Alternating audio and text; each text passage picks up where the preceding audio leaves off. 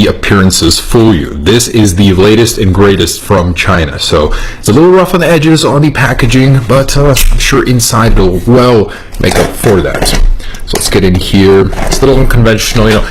They save on the packaging quality to bring you a better product. At least that's why I think they're doing this. So, popping this in, let's see. Now, if you guys remember, a little while ago, I did share with you the first edition iPhone 8 clone, and this one is miles better. This one actually represents the original design, so it'll be more of a one-to-one, not this weird ratio, tiny version. This one, compared to the official, as you can see, is very tiny. Camera lens is elongated, kind of weird looking. You know, they didn't really know what they were working with first, so the display definitely, oh boy, that is hideous. So let's see how this one did. Hopefully a little bit better. Packaging is different already. Ooh. And here it is. Very nice. So definitely more representative of the final product here. Camera sensors are looking a little funky, both of them the same size. They will not be the same size on the original. One of them is going to be slightly bigger than the other, just a little bit. But here it is. iPhone, pretty okay. Let's see what it says. iPhone 8 Plus. So they didn't get the naming right on this one, but no matter, you know, as long as the actual product inside is correct. So let's go ahead and unbox this guy. iPhone 8 Plus. That will be a real product, but it won't be the one with the vertical cameras. That's going to be the iPhone X model. Okay, and here it is. Ooh, definitely a little bit more accurate inside. We've got this. Still no Apple stickers. The day a clone comes with Apple stickers is the day I will cry on camera for the first time. And this guy feels solid. It feels very hefty. That's nice. The feeling of premium quality just because it's heavy. We've got our accessories here. Unfortunately, no bundled AirPods this year, but we do have these. I wonder, do these come with a lightning? Oh, they do. So I'm assuming this doesn't have a headphone jack either. All right, so that is the iPhone 8 packaging. Let's check out the actual product. So how do I get this out of here? They actually sealed it in, so I literally have to cut it out of here. Okay. All right, and please be good. Did they really seal it into both of these? Wow, airtight. Okay. Ooh, iPhone. And here it is. Guys, look at that. They actually put an effort into getting those curved corners up on top, the sensor bar. Unfortunately, I'm seeing a little difference there from the original. There's a chin on the bottom and on the top where the screen doesn't go all the way through. So if I peel off the screen protector, look at that. There actually is a border here. So unfortunately, the display on this one does not go all the way up, but it is an 18:9 display. So that makes it the most sophisticated display on an iPhone clone ever. And on the back, check that out. Very clean. No FCC labels. Looks definitely in tune with more of the original here. So this is an early look, but still pretty dang good for the real deal, or the real clone deal. Camera lens looks definitely better than this one.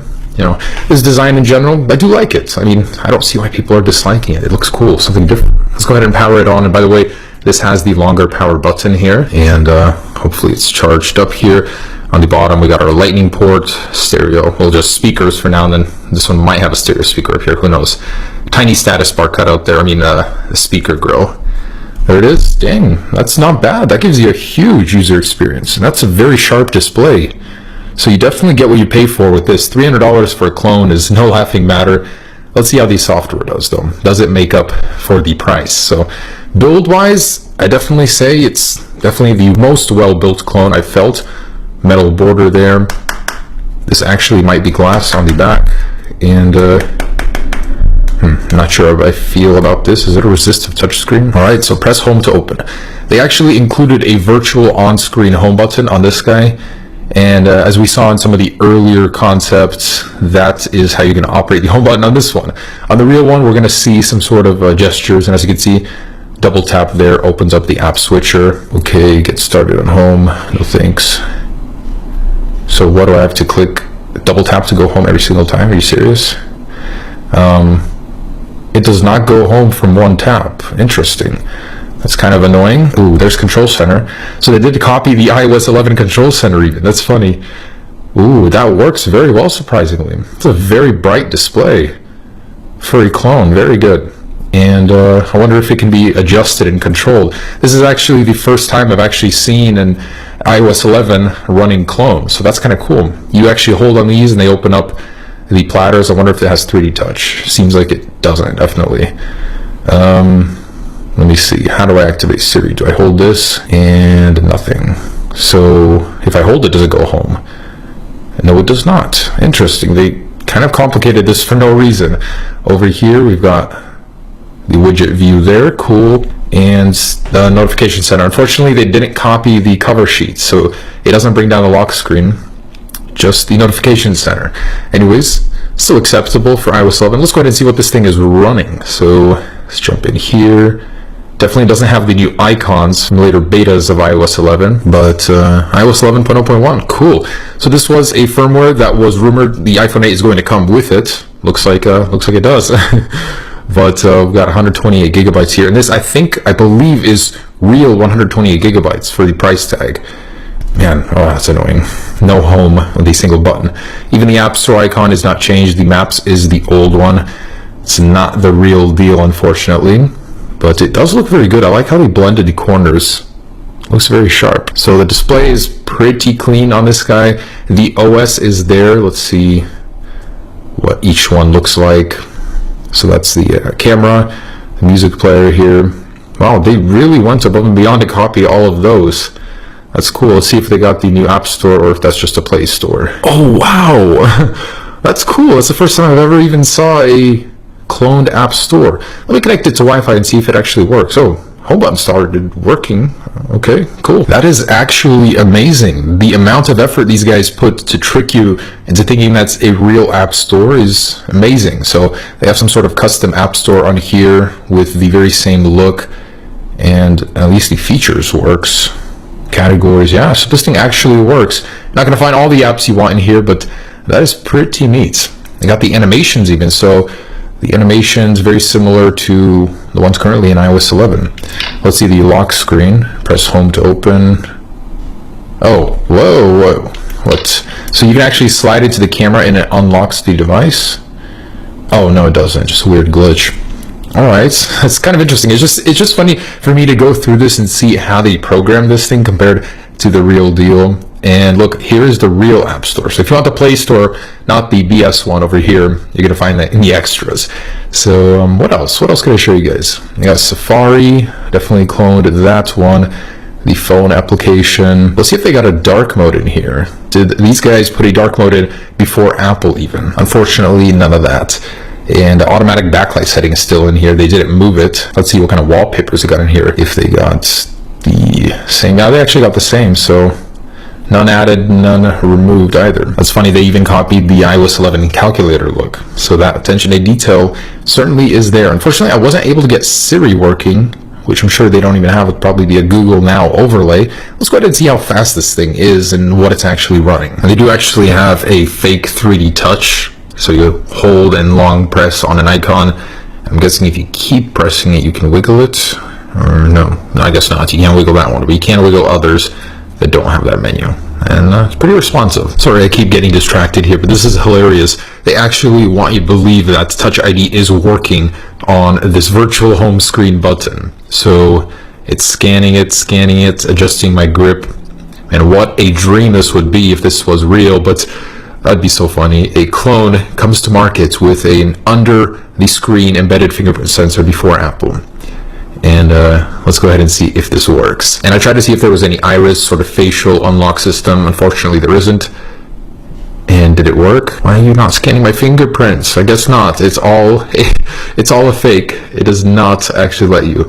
And unlike Apple, it lets you take off the fingerprint without putting your passcode in even. Alright. Got Android 6.0, even the Galaxy Note 8 clone I saw a little while ago had something newer. Ooh, 1.3 gigahertz. Hey, at least they're honest. And 962 megabytes, so 1 gig of RAM. Let's run that benchmark.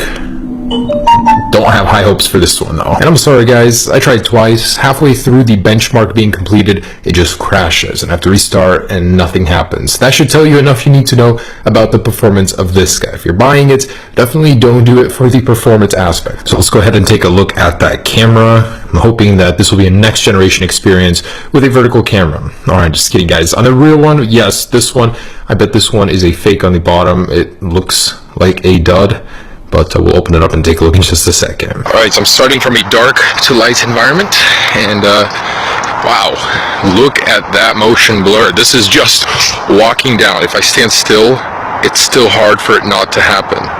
Hard to believe that Apple changed these cameras at all, you know. I would expect a little bit more from a vertical lens camera. Should be doing a little bit better. Let's do some panning here, up, down to light. Oh my gosh. How is this worse than the last clone? That is truly awful. Oh my goodness. So if you're buying this for the camera, just know this literally should not even be defined as a camera. It is so bad. And the front-facing camera, hard to say it's any better. I don't even know what all of those little things are. I bet they're duds, but there it is. Also some pretty awful motion tracking blur there. Moving this thing, quality, oh boy, it's like VGA 480p max. Hoping the real one will be better than this. That is certainly one of the worst cameras I have ever used on a smartphone. The vertical orientation didn't help out much. Alright guys, next up, let's see if we can get an Antutu out of this guy. And once again, another failure. I have never had this where a device just simply refuses to do a test, both on Antutu and on the Geekbench. It keeps restarting from the beginning here. So I cannot give you an accurate representation of how this phone performs via GPU or CPU, unfortunately. So that's not going to happen. It just keeps restarting, as you can see right here. And go back over and over. Alright, so let's try and get in here. I don't know how difficult this could be, if this is real glass or not. I'll find out if I break it or not. But oh, there we go. Not too difficult. And here it is. So disassembling. Oh, so that is plastic. It's not glass. It's very different inside from other clones that I've seen actually. They're using a different color. Usually they use a green silicon. Camera is really tiny up there in the corner. Very neat battery, not those usual silver plated. It looks very clean inside. I like that. It's for a clone, that's very impressive. So this one is more reminiscent of an iPhone inside. Usually they're split up with a whole logic board down here and then the battery up here or vice versa. And this one is all over the place. It's kind of cool. Can't tell if this is a dud though. Most likely it is, as the camera is straight awful. We have little slots here for an SD card if you want to expand your storage. Made it easy for you. So overall, pretty cool. Alright guys, so there it is, the iPhone 8 Plus or iPhone X clone before the official release. Hope you enjoyed that. Would I recommend this at $300? Oh dear, no way. I mean, if you want to have this at a fraction of the price of the original, just to see the design for yourself, just to show off without actually having to spend $1,000, sure, go ahead, but I would not recommend it at $300 for a daily driver. You can buy an iPhone SE at that price used. It'll do so much better than this. Anyways, hope you enjoyed it. As always, just a funny clone video, nothing meant to be used as an original. Hopefully they'll have some better clone versions in the future, but this is the best iPhone 8 clone yet. Peace.